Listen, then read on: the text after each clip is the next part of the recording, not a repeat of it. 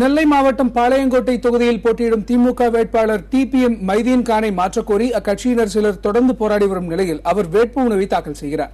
இதுகுறித்த கூடுதல் தகவல்களை செய்தியாளர் நாகராஜனிடம் கேட்கலாம். நாகராஜன், திமுகவுடைய முன்னணி தலைவர்கள் இன்னமும் வேட்புமனு தாக்கலை தொடங்காத நிலையில மைதீன் கான் முதல் நாளிலேயே வேட்புமனு தாக்கல் செய்ய என்ன காரணம்? அதாவது மிகவும் எதிர்பார்க்கப்பட்ட தொகுதி தான் இந்த பாளையங்கோட்டை தொகுதி கணேஷ். அதாவது நெல்லை மாவட்டத்தை பொறுத்த வரைக்கும் 10 சட்டமன்ற தொகுதி இருக்கு. 2 லட்சம், அதாவது 24,51,666 வாக்காளர்கள் இருக்காங்க. இப்படிப்பட்ட சூழ்நிலையில இந்த 10 தொகுதியும் பாத்தீங்கன்னா ஒவ்வொரு தொகுதியும் ஒவ்வொரு கட்சிக்கு சார்பா இருக்கும். ஆனா அதாவது அவங்களுக்கு சாத்தியமான தொகுதியா இருக்கும், வெற்றிக்கு சாத்தியமான தொகுதியா இருக்கும். அப்படி பார்க்கும்போது பாளையங்கோட்டை தொகுதி எப்பொழுதுமே, அதாவது கடந்த 3 முறை தொடர்ச்சியா வெற்றி கண்டவர் இந்த பாளையங்கோட்டை சட்டமன்ற தொகுதியோட திமுக வேட்பாளர் டிபிஎம் மைதீன் கான். அவருக்கான ஒரு தொகுதியா தான் அதாவது திமுகவோட கோட்டை என்று சொல்லப்பட்டது அந்த பாளையங்கோட்டை தொகுதி. அது சிறுபான்மையின மக்கள் அதிகமா இருக்கக்கூடிய பகுதி. அது மட்டும் இல்லாம அந்த தொகுதியில தான் அரசு ஊழியர்களும் அதிகமா இருக்கிறாங்க. கடந்த முறை அவர் வெற்றி கண்டது கூட குறைந்த அளவு ஓட்டுகள் என்றாலும், அதாவது 10 சட்டமன்ற தொகுதியில 9 சட்டமன்ற தொகுதி அதிமுக வெற்றி பெற்ற நிலையில ஒரு தொகுதி மட்டும், பாளையங்கோட்டை தொகுதி மட்டும் திமுக கைப்பற்றியது. அதற்கு காரணம் சொல்லப்பட்டது இந்த அரசு ஊழியர்கள் ஓட்டும் சிறுபான்மையின மக்கள் ஓட்டும் தான். அது எப்பொழுதுமே திமுக ஆதரவாக இருக்கும் அப்படின்னு அவங்க நம்பப்படுது திமுக சார்பில். அந்த சூழ்நிலையில் தான் மீண்டும் 4வது முறை எனக்கு வாக்களித்தால், அதாவது எனக்கு வாய்ப்பளித்தால் கண்டிப்பா அந்த இடத்துல வெற்றி பெறுவேன் அப்படின்னு சொல்லி டிபி மைதீன் கான் தரப்புல சொல்லப்பட்டுச்சு. அது தலைமை, அதாவது திமுக தலைமைக்கும் அவர் அதைத்தான் தெரிவித்திருந்தாரு. ஆனாலும் இந்த அவர் அறிவிக்கப்பட்டது உடனே இங்க திமுக நெல்லை மாவட்டத்தை பொறுத்தவரை, நெல்லை அந்த தொகுதியில நெல்லையில பொறுத்த வரைக்கும், பாளையங்கோட்டை சட்டமன்ற தொகுதியை பொறுத்த வரைக்கும் அதுல அதிருப்தி திமுகவினர் தொடர்ந்து போராட்டம் நடத்தினாங்க. அதாவது இவர் மாற்றணும், புதிய வாக்காளர், புதிய வேட்பாளருக்கு ஒரு வாய்ப்பளிக்கணும் அப்படிங்கறத தொடர்ச்சியா கேட்டுட்டு இருந்தாங்க. அது தொடர்ந்து பல்வேறு கட்ட போராட்டங்கள், அதாவது திமுக தலைவர் கருணாநிதி இல்லத்தை முற்றுகிட்டு போராட்டம் கூட நடத்தினாங்க. அதுக்கப்புறமா தற்கொலை முயற்சி சொல்லி செல்போன் டவர் ஏறி போராட்டம் நடத்தினாங்க. அவரோட உருவ பொம்மை எரிக்கிறத போராட்டம் நடத்தினாங்க. வழக்கறிஞர் பிரிவு போராட்டம் நடத்தினாங்க. பல்வேறு கட்ட எதிர்ப்புகள் அவர் சந்திச்சு வந்தாரு. இந்த சூழ்நிலையில முதற்கட்டமா இன்னைக்கு வேட்புமனு தாக்கல் இன்று அவர் வேட்புமனு தாக்கல் செய்ய உள்ளார். திமுக பொறுத்த வரைக்கும் இங்கே தாக்கல் செய்தது போல சங்கரங்கோல் தொகுதியிலும் சங்கரங்கோல் வேட்பாளர் தாக்கல் செய்கிறார். எனவே ஆனால் இவர் முதற்கட்டமாக இங்கே திமுக தொகுதியை பொறுத்த வரைக்கும் இவர் முதல் தாக்கல் செய்வதை பார்க்க முடிகிறது. இன்று அதாவது அவருக்கு எதிர்ப்புகள் இவர் பலமாக இருந்த சூழ்நிலையில் அந்த அனைத்து எதிர்ப்பும் தாண்டி தலைமை எல்லாம் பார்த்துக் கொள்ளும் என்று சொல்லிதான் அவர் தற்பொழுது அந்த வேட்புமனு தாக்கல் செய்ய உள்ளதாக தெரிவித்துள்ளார். கணேஷ், நாகராஜ், இவ்வளவு போராட்டங்கள் அவருக்கு முன்பாக வைக்கப்பட்டது, அவரை மாற்றணும் அப்படின்னு சொல்லிட்டு இத்தனை போராட்டங்களுக்கு மத்தியில வேட்புமனு தாக்கலான முதல் நாளே அவர் வேட்புமனு தாக்கல் பண்ணியிருக்காரு. இனிமேலாவது அவருக்கு எதிரான போராட்டம் முடிவுக்கு வரும்னு எதிர்பார்க்கலாமா? தற்போது அங்க நிலவரம் எப்படி இருக்கு? கண்டிப்பா முடிவுக்கு வரும் எதிர்பார்க்கலாம் காயத்ரி. அதாவது அவர் அதிருப்தி அப்படின்ற சூழ்நிலையில அதற்கான பேச்சுவார்த்தைகளும் தொடர்ந்து நடத்தப்பட்டது. சம்பந்தப்பட்டவர்களும் பேசி அதற்கான முடிவுகள் எடுக்கப்பட்டதாக அவரது ஆதரவாளர்கள் தெரிவித்தனர். அதனால் முழுமையாக முழு மனதாக திராவிட முன்னேற்ற கழகத்துக்கு கட்டுப்பட்டு, தலைமை கட்டுப்பட்டு அனைவரும் கட்சிக்காக பாடுபட வேண்டும் என்று நேற்று முழுவதும் அது சார்ந்து பேசப்பட்டுள்ளதாக தெரிகிறது.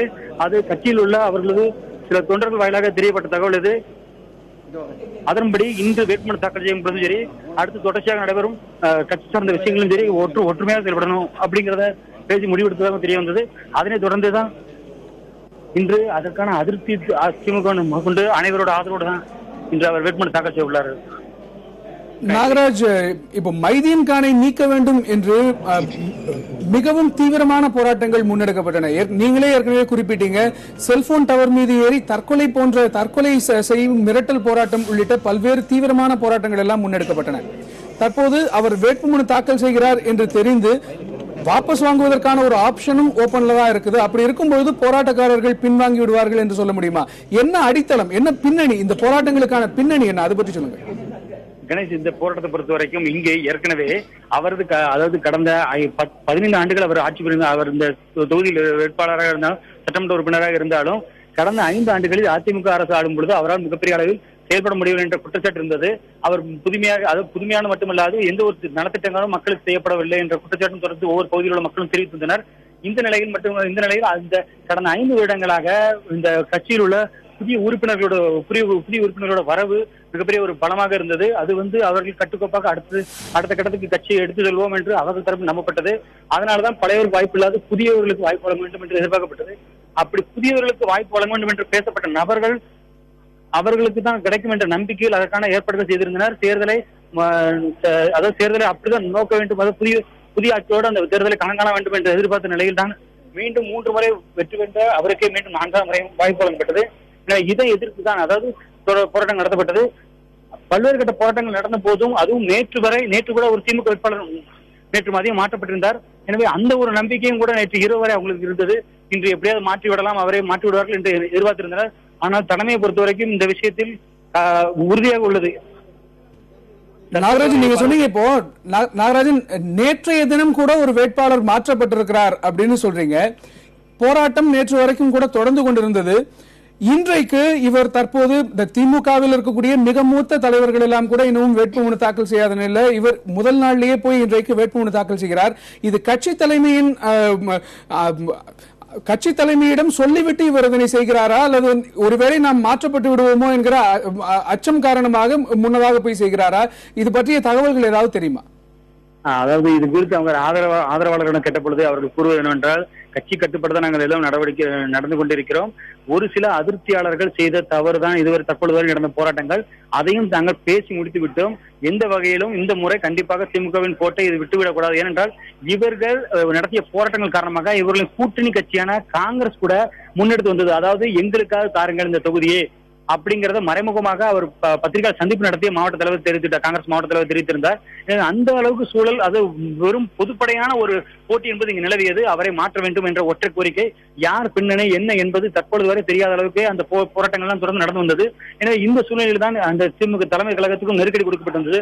ஆனால் திமுக தலைமை கழகத்தை பொறுத்த வரைக்கும் அந்த கொடுக்கப்பட்ட, அதாவது ஒதுக்கப்பட்ட பழைய, அதாவது இதுக்கு முன்பாக இருந்து அமைச்சராக இருந்தவர்கள், அதே போல மிகவும் வெற்றி வாய்ப்போடு அந்த தொகுதி வைத்திருந்தவர்களுக்கு என கொடுக்கப்பட்ட தொகுதிகள் தற்பொழுது வரை மாற்றப்படவில்லை என்ற உறுதி இந்த நம்ம தற்பொழுது உள்ள டிபி மைதங்கானுக்கும் இருந்ததாக அவரது ஆதரவாளர் தெரிவிக்கின்றனர். எனவேதான் தாங்கள் மாற்றப்பட மாட்டோம் என்ற உறுதியில் அவர் கடைசி வரை உறுதியாக இருந்தார். அதன் தொடர்ந்து தற்பொழுது வரை அந்த சூழ்நிலை அப்படி நிலவுவதால் தான் தனக்கு எதிரானவர்கள் கூட பேசி மீண்டும் சமாதானப்படுத்தி அந்த தலைமை கழகத்தோடு ஒத்துப்போக வேண்டும் என்று பேசியிருந்ததாகவும் அதற்கான ஒரு பேச்சுவார்த்தை பெரிய அளவில் நடத்தப்பட்டதாகவும் அந்த அவரது ஆதரவாளர் தரப்பு தெரிவிக்கப்பட்டது. கணேஷ், அதன் காரணமாக தான் அதாவது உறுதியோடு அவர் வேட்புமனு தாக்கல் செய்ய வந்துள்ளார். தற்பொழுது வேட்புமனு தாக்கல் செய்து வருகிறார். கணேஷ், நாகராஜ், தகவல்களுக்கு நன்றி. கூடுதல் விவரங்களுக்கு மீண்டும் உங்களிடம் பேசுறோம். தொடர்ந்து குன்னூர் செய்தியாளர் ஜான்சன் இணைப்பில் இருக்கிறார். அங்க திமுக வேட்பாளரை மாற்றக்கோரி போராட்டம் நடைபெற்று வருகிறது. தகவல்களை கேட்கலாம். ஜான்சன், அங்க எதனால போராட்டம் நடைபெற்று வருகிறது? அங்க நிலவரம் என்ன? இங்க இன்னைக்கு கோத்தகிரியில திமுக செயல்கள் கூட்டம் நடைபெற்றது. இதுல கலந்து கொள்வதற்காக முன்னாள் மத்திய அமைச்சர் ராசா மற்றும் வேட்பாளர் பாமு முபாரக் வந்திருந்தனர். இவர்களுக்கு எதிர்ப்பு தெரிவித்து முன்னாள் கதர்வாரியத்துறை அமைச்சர் ராமச்சந்திரன் மற்றும் அவருடைய ஆதரவாளர்கள் 1000க்கும் மேற்பட்டவர்கள் முபாரக்கிற்கு சீட்டு வழங்குவதற்கு எதிர்ப்பு தெரிவித்து போராட்டத்தில் ஈடுபட்டனர். தொடர்ந்து ராசாவுடைய வாகனம் முன்னேற விடாமல் சக்கரத்து கடையில் தடுத்தும் மிகப்பெரிய போராட்டத்தில் ஈடுபட்டனர். இதனைத் தொடர்ந்து முபாரக் ஆதரவாளர்களுக்கும் ராமச்சந்திரன் ஆதரவாளர்களுக்கும் இடையே மிகப்பெரிய வாக்குவாதம் ஏற்பட்டது. இதைத் தொடர்ந்து மிகப்பெரிய தள்ளுமுழுக்கு இடையே ராஜா பத்திரமாக அங்க ஹாலுக்கு எடுத்து செல்லப்பட்டார். இந்த போராட்டத்திற்கான நோக்கம் என்ன? இந்த போராட்டக்காரர்கள் முன்வைக்கக்கூடிய கருத்து என்ன? முன்னதாக ராமச்சந்திரனுக்கு தான் திமுக சீட்டு கொடுக்கறதா சொல்லியிருந்தாங்க. இந்த நிலையில பாமு முபாரக்கு இந்த சீட்டு கொடுக்கப்பட்டதால, குன்னூர் தொகுதி சீட்டு கொடுக்கப்பட்டனால அதிருப்தி அடைந்த ராமச்சந்திரன் ஆதரவர்கள் தொடர்ந்து பல்வேறு வகையில் தலைமைக்கு தங்களுடைய எதிர்ப்பை பதிவு செய்து வந்தார்கள். இந்நிலையில் இன்று நடைபெற்ற செயல் வீரர்கள் கூட்டம், ஏற்கனவே ராமச்சந்திரன் அவர்கள் இதே மண்டபத்தில் ஒரு செயல் வீரர் கூட்டம் நடத்தியிருந்தார், போட்டி செயல் வீரர் கூட்டம்.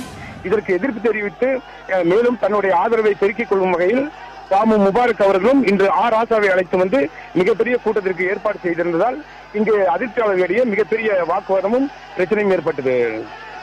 ஜான்சன், குன்னூர் தொகுதியில திமுக வேட்பாளருக்கு எதிர்ப்பு, அதாவது அவரை மாற்றக்கோரி எழுந்துள்ள போராட்டத்திற்கு என்ன காரணம்? இதற்கு முன்பாக திமுக இந்த தொகுதியில எத்தனை முறை வெற்றி பெற்றிருக்கிறது? அது பற்றிய தகவல்கள் சொல்லுங்க. திமுக இதுவரை 9 முறை திமுக வெற்றி பெற்றுள்ளது. 2 முறை மட்டுமே அதிமுகவும் 1 முறை தமிழ் மாநில காங்கிரஸ் வெற்றி பெற்றுள்ளதால் தொடர்ந்து இந்த தொகுதியை திமுக தக்க வைத்துக் கொள்ளும் என்ற சூழ்நிலையில் இதை வேட்பாளர் சரியில்லாத காரணத்தினால் நிச்சயமாக இந்த முறை திமுக தோற்றுவிடும் என்ற அச்சத்தில் இந்த வேட்பாளரை மாற்றினால் மட்டுமே வெற்றி பெற முடியும் என்றும், இவர் ராமச்சந்திரன் அவர்கள் படுக சமுதாயத்தை சேர்ந்தவர் என்பதால் 2 முறை ஏற்கனவே அவர் எம்எல்ஏவாக இருந்துள்ளதால் 3வது முறையும் அவருக்கே வழங்க வேண்டும் என்று அவருடைய ஆதரவாளர்கள் தொடர்ந்து போர்க்கொடி தூக்கி வருகிறார்கள்.